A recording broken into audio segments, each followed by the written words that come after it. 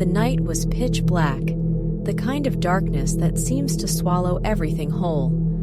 A thin layer of fog hung in the air, adding an eerie texture to the already unsettling atmosphere. It was on this night, in the small, isolated town of Ravenswood, that a series of inexplicable events unfolded, events that would be forever etched into the memories of those who witnessed them. The town of Ravenswood had always been a quiet, uneventful place. Nestled deep in the woods, it was far removed from the hustle and bustle of city life. The townspeople went about their daily routines, seemingly untouched by the outside world. But all of that changed when the Smith family moved into the old run-down house at the edge of town. The Smiths were an ordinary family, or at least they appeared to be. John Smith, the father, was a middle-aged man with a quiet demeanor. His wife, Lisa, was a cheerful woman, always eager to lend a hand to her neighbors. And then there were their two children, Emma and Jack, who, like any kids, were full of curiosity and energy. The arrival of the Smiths was met with mixed reactions from the townspeople. Some welcomed the newcomers with open arms, eager to have a bit of excitement in their otherwise mundane lives.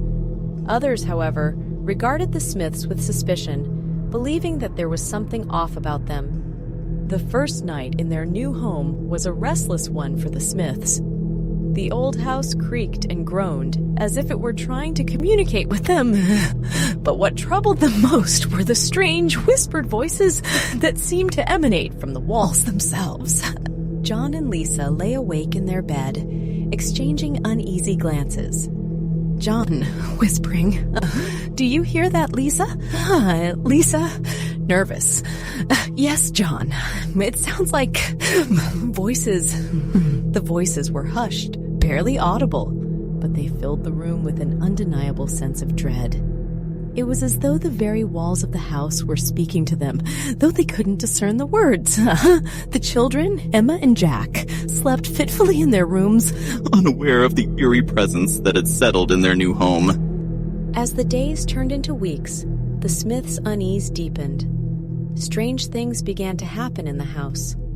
Objects would disappear and reappear in odd places. Shadows moved of their own accord, and a chilling coldness seemed to linger in certain rooms. Lisa, anxious. "John, I can't take it anymore. Something is not right in this house." John, agreeing. "I know, Lisa. We need to find out what's happening." Desperate for answers, John decided to reach out to the townspeople, hoping that someone could shed light on the bizarre occurrences. He met with a few of the locals, but their reactions were far from reassuring. Neighbor 1, hesitant. "You should leave that house, John.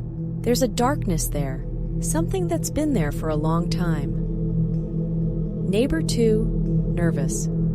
"We don't go near that place after sunset. It's cursed." John returned home, shaken by the encounters. He knew that they couldn't simply abandon their new home. They had invested everything they had into it. Instead, he decided to seek the help of a local paranormal investigator, a man named Daniel Blackwood. Daniel Blackwood was a tall, enigmatic man, known for his expertise in paranormal investigations. He arrived at the Smiths' house one evening, carrying a suitcase filled with equipment designed to detect and communicate with spirits. Daniel, serious. "I've heard rumors about this place. Let's see what we can find." The investigation began in earnest as Daniel set up his equipment throughout the house. He explained to the Smiths that he would conduct a series of tests to determine the nature of the paranormal activity. As night fell, the atmosphere grew tense. The Smiths and Daniel gathered in the living room, surrounded by cameras, audio recorders, and other devices. They watched the monitors intently, hoping to capture evidence of the unexplained. Hours passed in silence, and just as the Smiths began to wonder if anything would happen, the room grew cold and the equipment came to life. The cameras showed strange, shadowy figures moving in the corners of the room, and the audio recorders picked up whispered voices. Voice 1, whispering, "Why did they come here?" Voice 2, whispering, "They must be punished for trespassing." The Smiths and Daniel exchanged terrified glances as they listened to the spectral voices. This was undeniable proof that something unnatural was happening in their home. Determined to get to the bottom of the haunting, Daniel decided to conduct a ritual to communicate with the spirits. He explained to the Smiths that this was the only way to understand the nature of the entity that had taken residence in their house. The ritual took place in the dead of night, in the very room where the whispers had been most intense.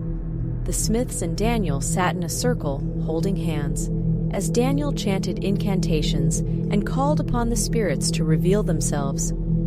As the ritual continued, the room grew colder and a feeling of dread washed over them. Suddenly, the table in the center of the room began to tremble, and an otherworldly force seemed to take hold. Voice 3, anguished. "We were wronged, betrayed by those we trusted." Voice 4, malevolent.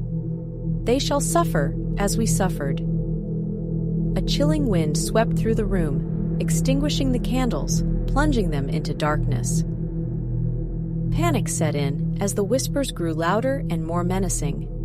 John, desperate, "We have to end this, Daniel." But escape seemed impossible as the house resisted their efforts to flee. It was as if the spirits themselves were determined to keep them trapped. The whispers reached a deafening crescendo, and the room filled with a blinding light. In that moment, the Smiths and Daniel were confronted with a spectral vision of a family, their eyes filled with torment and rage. Voice 5, hollow. "You must pay for our suffering." The Smiths and Daniel were overcome by the vengeful spirits, their screams echoing through the house as they became a part of the haunted whispers in the night. The Smiths' disappearance remained a mystery, and their house was left abandoned once again. The whispers in the night continued to haunt the house, and it stood as a grim reminder of the family that had vanished within its walls. Ravenswood remained a quiet, uneventful town, but the night of horror had left an indelible mark on its history. The townspeople whispered tales of the Smith family's fate, warning newcomers to stay away from the old house at the edge of town. And so, the house stood as a silent sentinel, its secrets locked within its walls, waiting for the next unsuspecting family to cross its threshold and become a part of the unending horror that lurked in the night. Thank you for tuning in.